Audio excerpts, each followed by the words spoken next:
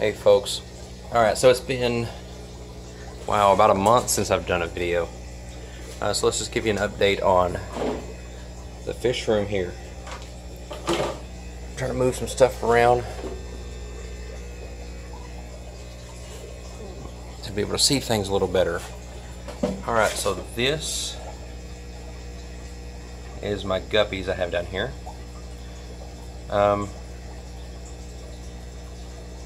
And so let's start back. So you know I did the whole guppy project and all of my females died, so I had to go get more females, but there was fry in the tank.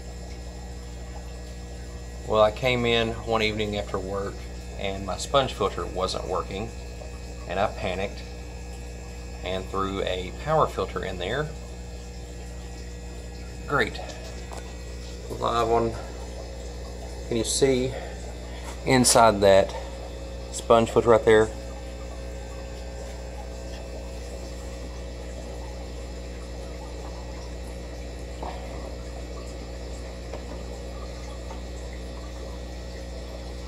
Get out of there. Get out of there.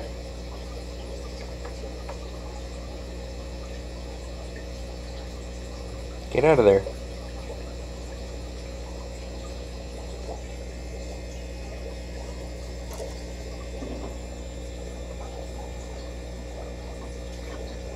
Okay.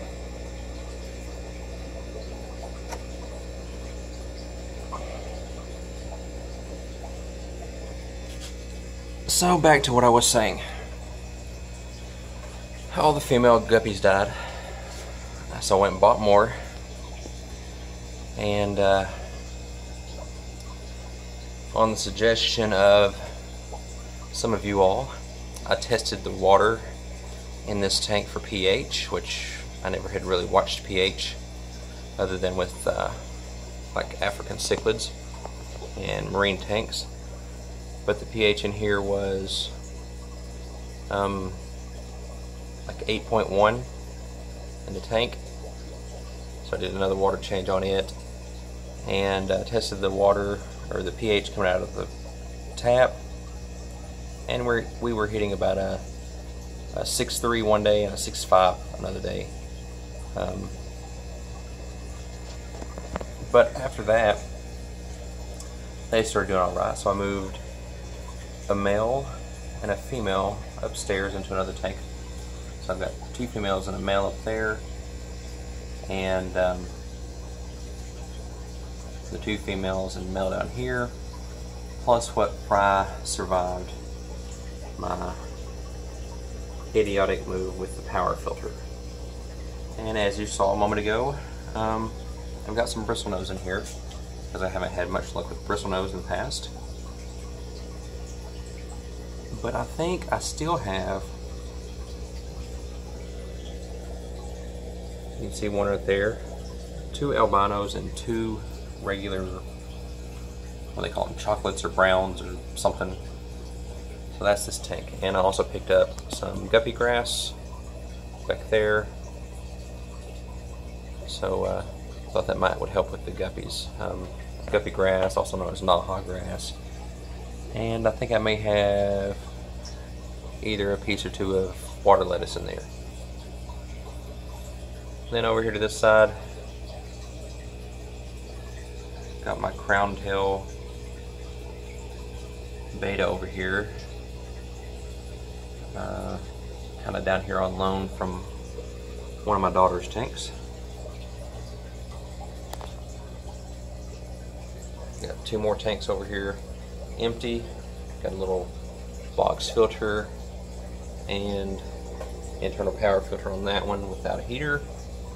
This one's got a heater with the sponge filter. And a little guppy grass in there, but no actual livestock in either one of those. Not yet anyways. Down here on the bottom,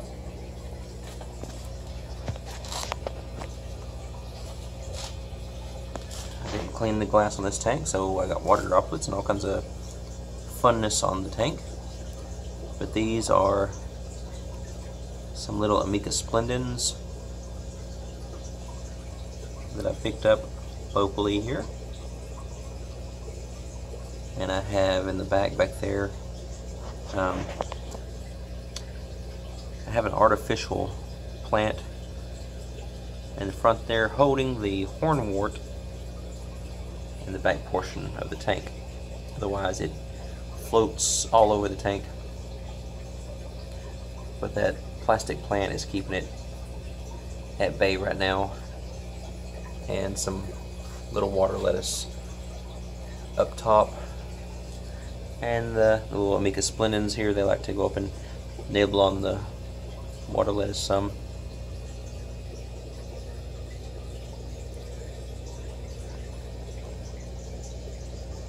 Pretty neat little live bear. Of course, it's not one to focus because the glass is dirty. My apologies on that. And then I just set this tank up a few moments ago. Don't have the filter running yet, but have substrate, run an undergravel filter on it. I got a piece of yeah, driftwood, that's what that's called. Driftwood, a couple rocks holding it down for right now, and just some artificial plants in the meantime. And this tank over here, not sure what I'm going to do with it. I'm kind of thinking, looking at more shell dwellers. It's got a nice hard water buffering substrate in it. Gonna have the pH come up, good for shell dwellers. We'll see on that what I actually do with that. This tank over here, let's see if I can find them. They like to hide in this.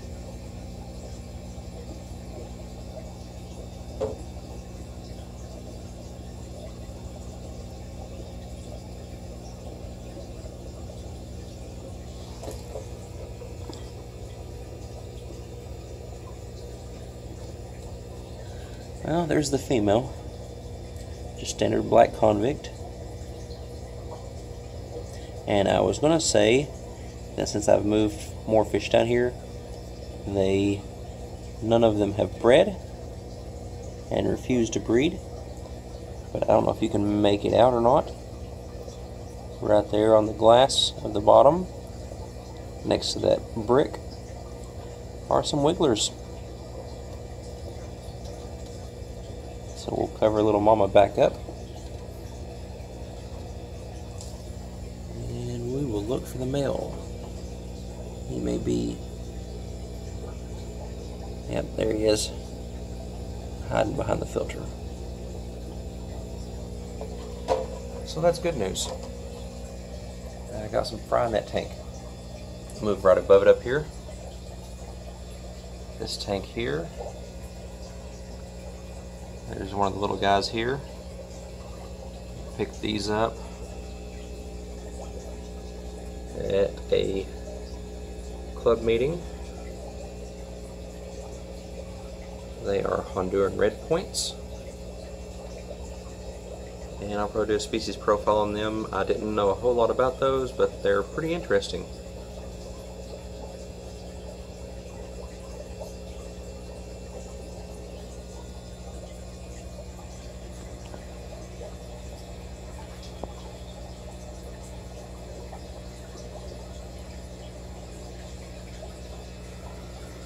Move over here to this tank. This one is the one that, this is the tank, if you've been watching my channel for a while, I call the bad juju tank.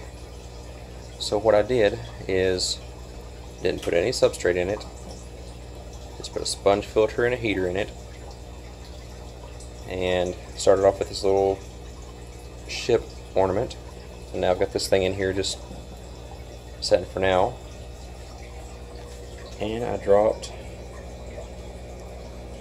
a lone pink convict in there that was a third wheel to my breeding pair that I had.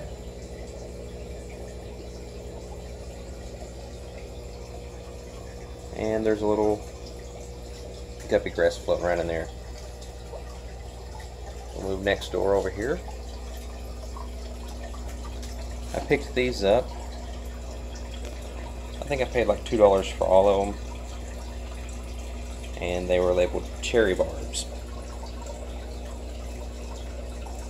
Didn't pay any attention until I got them home, and a couple days later I thought my cherry barbs looked pretty funny.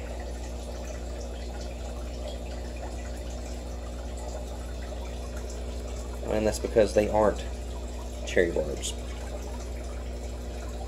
The consensus of everyone that's seen them is that they are juvenile rosy barbs.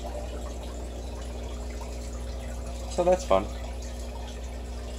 Alright, so back down the bottom row. In the middle, there's one of them there. This pair of cribs that have been breeding for me, but there's the other one under the filter, but they haven't bred since they got moved back down here to the fish room. So maybe the convicts breeding over here next door will put them in the correct mood to breed. Also got some hornwort just floating up top. And on this end down here,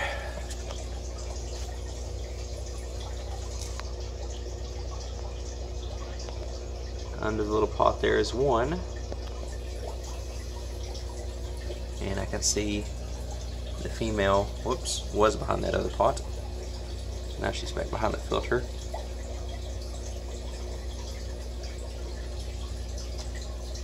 Pink convicts.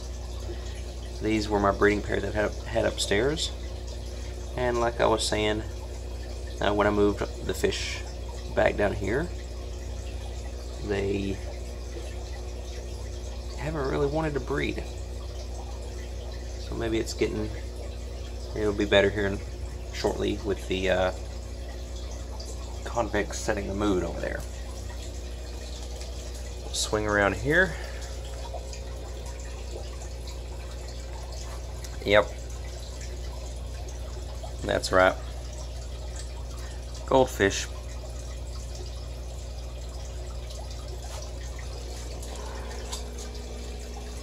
I got a 55-gallon there with the goldfish that I had in my little outdoor pond. Outdoor pond didn't do so well. A few things I didn't take into account when I was doing it. So I'll learn from that and do better next year. The filter on the back there, that's part of a that is a filter that I got as part of a bundle package that I bought. And the bundle package came with 3 hang on the back filters, and I could only piece one of them together with complete parts. And that was part of a package deal that I got with this tank here. Another 55, and that Whisper filter back there is the one that I was able to put together. It had all the pieces. I haven't tested it yet, so I don't even know if it works, but I put almost full tank of water in that tank just to make sure it would hold water. Came with a lot of fun stuff, pieces to looked like pieces to about 6 filters, but I was able to build one filter out of it, out of all the pieces. Background, a hang on the back heater. If you aren't familiar with the hang on the back heater, instead of having a submersible heater like what this one has in it now, it was a heater that hung on the back of your tank, went in the water, but you had to keep it at a certain level. They're not really even in the market anymore that I know of, because the submersibles are so much easier to use and so much more reliable. So I probably won't even try that heater. And it had substrate and all kinds of other stuff with it. I still have to go through everything that came with it and see what I have. Don't know what's going in there, but we'll figure it out before long. And we'll swing around here and show you the last tank down here. Alright, and here is another little project that I've been working on. It's a hexagon tank.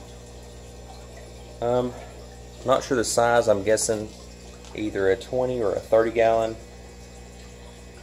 I started to do all the math and I said, what's it matter? But I picked it up. It had the light, the lid, the tank, and the internal power filter there. Got a good deal on it. And just throwing some hardscape in there, some driftwood and rock. And I've got one little goldfish in there swimming around. Just to have something in it for right now until I can decide what I want to do with it. Little goldfish came out of the 55. Just to have a bio load in there to keep the filter growing its bacteria. And I'm not sure what I want to do with this tank, but there's something in it for now.